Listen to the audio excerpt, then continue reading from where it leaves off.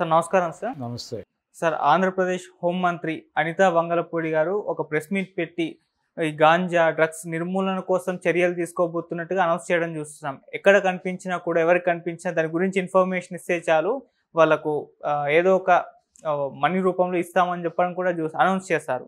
అంటే కంప్లీట్ రాష్ట్రాన్ని ఈ డ్రగ్స్ అండ్ గాంజా అసలు లేకుండా చేద్దామన్న ఆలోచన అయితే కనిపిస్తుందిగా, మరి మీరేమంటారు సార్ ఆ ప్రెస్ మీట్ పెట్టిన దాని గురించి? డ్రగ్ ఫ్రీ ఆంధ్రప్రదేశ్గా నిర్మించడం మా ఉద్దేశమున ఇప్పుడు ప్రకటించారు. నిజానికి ఏపీ ప్రభుత్వం ఏర్పడిన తర్వాత చాలా యాక్టివ్గా ప్రెస్ మీట్లు పెడుతూ జనంతో ఇంటరాక్టివ్గా వ్యవహరిస్తున్నటువంటి మంత్రి ఆవిడే, హోంమంత్రిగా. అంటే రకరకాల అంశాల మీద చాలా ఓపెన్గా అవుట్స్పోకెన్గా మాట్లాడేస్తుంది ఆవిడ. పోలీస్ అకాడమీ గురించి మాట్లాడారు, గ్రేహౌండ్స్ అకాడమీ గురించి మాట్లాడారు, అలాగే ఈ డ్రగ్స్ గురించి ఇతర విషయాల గురించి మాట్లాడుతూ జగన్ హయాంలో జరిగిన పర్టికులర్గా శాంతి భద్రతల వ్యవహారానికి సంబంధించిన కేంద్ర ప్రభుత్వం నుంచి వచ్చిన నిధుల వినియోగానికి సంబంధించి రకరకాల విమర్శలు చేశారు ఆవిడ ఈ ప్రెస్ మీట్లు పెట్టడం ద్వారా. ఈ క్రమంలోనే ఆవిడ ఈ డ్రగ్ ఫ్రీ ఆంధ్రప్రదేశ్ అని కలగన్నాను నేను, దాన్ని సాకారం చేసి చూపిస్తాను అని కూడా మాట్లాడారు. అయితే ఆదర్శంగా అది బాగానే ఉంటుంది, కేవలం ఆదర్శం మాత్రమే. ఆచరణలో అది సాధ్యమా అనేది చూస్తే అది అసాధ్యం అనే విషయం మనకు చాలా స్పష్టంగా అర్థమవుతుంది. ఎందుకంటే ప్రభుత్వాలు ఏవైనా ప్రభుత్వాలు నడపడానికి, ఎన్నికలు ఫైట్ చేయడానికి, ఇతరత్రా వ్యవహారాలకి డబ్బులు అవసరం. ఈ డబ్బులు ఎక్కడి నుంచి వస్తాయంటే ఇలాంటి వ్యాపారాల నుంచే వస్తాయి. ఎందుకు ఎన్టీఆర్ టైంలో మద్యపాన నిషేధం అనేది కొంచెం ఇబ్బందికరంగా తయారైంది ప్రభుత్వానికి అంటే, ప్రధానమైనటువంటి ఆదాయ వనరు కోల్పోతున్నాం, అధికారికంగా వచ్చే డబ్బులు కోల్పోతున్నాం అనేది. అయితే దాని ముసుగులో అనధికారికంగా చాలా వ్యాపారం జరిగింది ఆ టైంలోనే. ఇది అదే పద్ధతిలో డ్రగ్స్ మీద నిఘా వేస్తున్నాం, మేము ఉక్కుపాదం మోపుతున్నామని చెబితే ఈ వ్యాపారం చేసేటువంటి సెక్షన్స్ అన్నీ కూడా వాటి ధరలు పెంచుకుంటాయి. పెంచుకుని దీని అవైలబిలిటీ అంత ఈజీ కాదు, ఆల్రెడీ అడిక్ట్ అయి ఉంటారు. ఈ అడిక్ట్ అయిన వాళ్ళు దాన్ని కన్జ్యూమ్ చేయడానికి ఎంతకైనా తెగిస్తారు. దానికి ఒక ప్యాకెట్ మీద ఒక 10,000 పెంచితే ఏమవుతుందో అని వాడు అనుకుంటాడు, కానీ ఈ 10,000 కాదు 20,000 పెంచినా కొనడానికి సిద్ధంగానే ఉంటారు. కాబట్టి ఈ డ్రగ్ అవైలబిలిటీ అనేది కొంచెం రిస్ట్రిక్టెడ్గా ఉంది అనే వాతావరణం కల్పిస్తే ఆ వ్యాపారం చేసుకునే వాళ్ళు మరింత ధరలు పెంచి అమ్ముకోవడానికి ఒక అవకాశం దొరుకుతుంది. నిజానికి డ్రగ్స్ ఎవరు సరఫరా చేస్తున్నారు, ఆవిడ ఒక మాట చెప్పారు. దానిలో డీ అడిక్షన్ సెంటర్లు పెడుతున్నాం, మేము పెట్టారు ఆల్రెడీ, అక్కడ చాలా తక్కువ మంది మాత్రమే ఉంటున్నారు.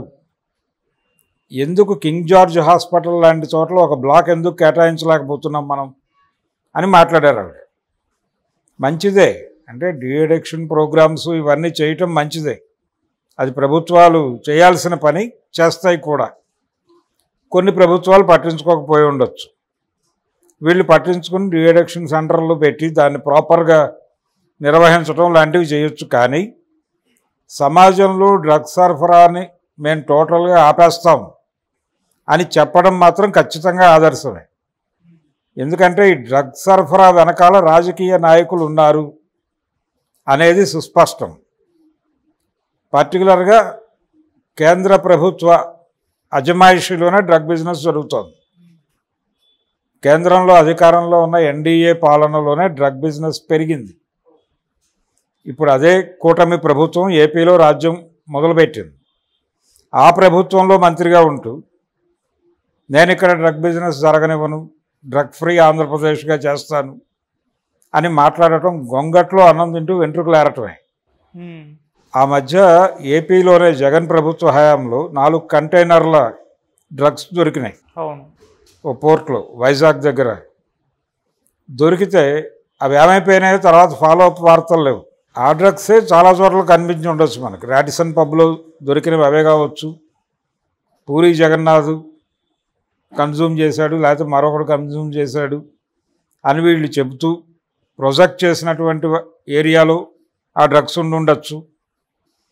ఇలా పోర్ట్లు, ఎయిర్పోర్ట్లు టోటల్గా ఇప్పుడు సెంట్రల్ గవర్నమెంట్ కంట్రోల్లో ఉన్నాయి, అదానీ కంట్రోల్లో ఉన్నాయి. ఇంకొక 5 ఏళ్ళు వాళ్ళ కంట్రోల్లోనే ఉంటాయని గ్యారంటీ మొన్నే పొందాం మనం.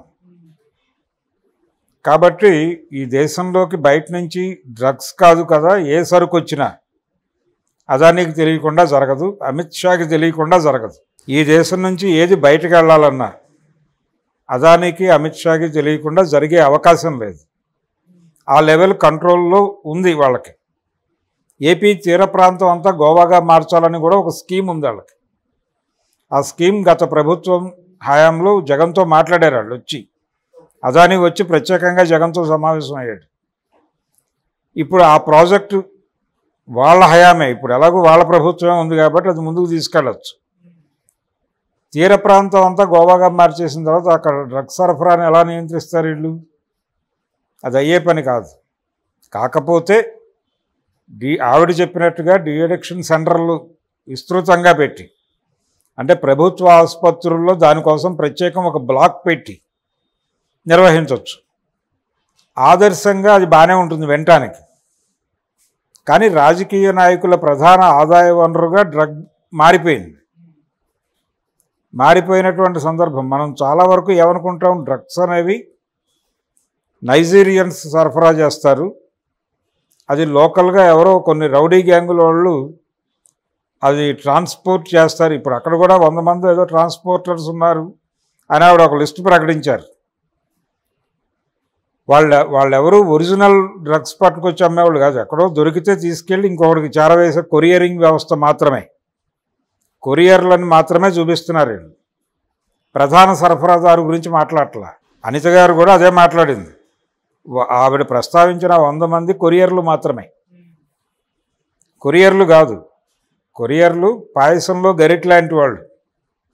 వాడికి ఆ వేడి తెలియదు, రుచి తెలియదు. అది తయారు చేస్తున్న వాళ్ళు, సరఫరా చేస్తున్న వాళ్ళు వేరే ఉన్నారు. వాళ్ళ గురించి మాట్లాడి వాళ్ళ దగ్గరికి వెళ్ళే పరిస్థితి ఉందా వీళ్ళకి అనేది అనుమానమే. ఆవిడ గ్రేహౌండ్స్ అకాడమీ పటిష్టం చేయవచ్చు, పోలీస్ అకాడమీ పటిష్టం చేయవచ్చు. ఏది చేసినప్పటికీ భారతదేశంలో ప్రతి నేరం మీద, పర్టికులర్గా ఇలాంటి నేరాలు, ఇప్పుడు డ్రగ్ కారిడార్ మీద పట్టు సంపాదించడం కోసం కదా మణిపూర్లో అల్లర్లు చేసింది. మణిపూర్లో కుక్కీల మీద ఎందుకు దాడులు చేశారు వీళ్ళు? అడవుల్లోకి వెళ్ళి వాళ్ళ చర్చిలు ఎందుకు విఘాతం చేశారంటే వాళ్ళని అక్కడి నుంచి బేదఖలు చేయించి ఆ డ్రగ్ కారిడార్ ఉంది అక్కడ 3 దేశాలకు సంబంధించిన ఉమ్మడి భాగస్వామ్యంలో. అక్కడి నుంచి డ్రగ్స్ ఎంటర్ అవుతున్నాయి, సరఫరా అక్కడి నుంచి జరుగుతోంది. ఆ ఏరియాలో కంట్రోల్ కోసం భారతీయ జనతా పార్టీ చేసిన ప్రోగ్రామే అది. మణిపూర్ ఫారెస్ట్లో జరిగిన అల్లర్ల వెనకాల భారతీయ జనతా పార్టీ పాత్ర ఉంది. సో కాషాయం డ్రగ్స్ తింటున్నాం మనం, ఎవరు తిన్నా కానీ. డ్రగ్ బిజినెస్లో ఎవడు డ్రగ్ వెళ్ళినా అది కాషాయమే. ఈ కాషాయ డ్రగ్ వ్యాపారాన్ని కట్టడి చేస్తాను, పైగా దీనికి ఉప ముఖ్యమంత్రి గారి ప్రోద్బలం ఉందని కూడా చెప్పారు పవన్ కళ్యాణ్. ఆశయం అది, డ్రగ్ ఫ్రీ ఆంధ్రప్రదేశ్గా చూడాలి అనేది ఆయన ఆశయం అని ఈవిడ ప్రస్తావించింది. సరే, ఎవరికి ఏ ఆశయాలైనా ఉండొచ్చు, ఏ ఆదర్శాలైనా ఉండొచ్చు. రాజకీయం వ్యాపారంగా మారటం కాదు, రాజకీయ వ్యాపారం జరుగుతోంది. ఈ వాస్తవాన్ని ప్రజలు గుర్తెరగాలి. ఆవిడ కూడా రాజకీయ వ్యాపారంలో భాగంగానే మంత్రిగా ఉన్నారు. ఆవిడ డెఫినెట్గా ఆవిడ ఆశయం చెప్పుకున్నారు కానీ జరగబోయేది చెప్పలేదు. ఆవిడ హయాంలోనే కాదు, ఎవరి హయాంలోనూ ఈ తరహా, అంటే వైసీపీ హయాంలో కావచ్చు, టీడీపీ హయాంలో కావచ్చు, రేపొద్దున కాంగ్రెస్ పార్టీ అధికారంలోకి వస్తే ఆంధ్రప్రదేశ్లో ఎప్పుడైనా, ఈవెన్ కమ్యూనిస్ట్ పార్టీలు వచ్చినా డ్రగ్ ఫ్రీ ఆంధ్రప్రదేశ్గా మార్చడం అంత ఈజీ టాస్క్ కాదు. రాజకీయ నాయకుల ప్రమేయం, అన్ని పార్టీల నాయకులకి సంబంధం ఉంది దాంతో. వీళ్ళు వాళ్ళు అని లేదు. ప్రతి ఒక్క రాజకీయ నాయకుడికి డ్రగ్ బిజినెస్తో సంబంధం ఉంది. డ్రగ్స్ అనేది కేవలం నైజీరియన్స్ సరఫరా చేస్తారు, సినిమా వాళ్ళు తాగుతారు, లేకపోతే స్కూళ్ళు కాలేజీల్లో ఉన్నటువంటి విద్యార్థులు తాగుతారు, తీసుకుంటారు, కన్జ్యూమ్ చేస్తారు అనే అభిప్రాయం చాటున, అభిప్రాయం క్రియేట్ చేసి ఆ చాటున రాజకీయ నాయకులు వ్యాపారం చేస్తున్నారు. ఓకే. అందుచేత ఈ భ్రమ నుంచి బయటపడాలి. ముందు డ్రగ్స్ అనేవి విద్యార్థులు, సినిమా వాళ్ళు మాత్రమే కన్జ్యూమ్ చేస్తారు, డ్రగ్స్ సరఫరా అనేది నైజీరియన్స్ మాత్రమే చేస్తారు అనే భ్రమ నుంచి బయటకు వచ్చి రాజకీయ నాయకుల పాత్ర ఏమిటి దీని మీద అని కనుక సీరియస్గా మాట్లాడితే, సీరియస్గా పరిశోధన చేస్తే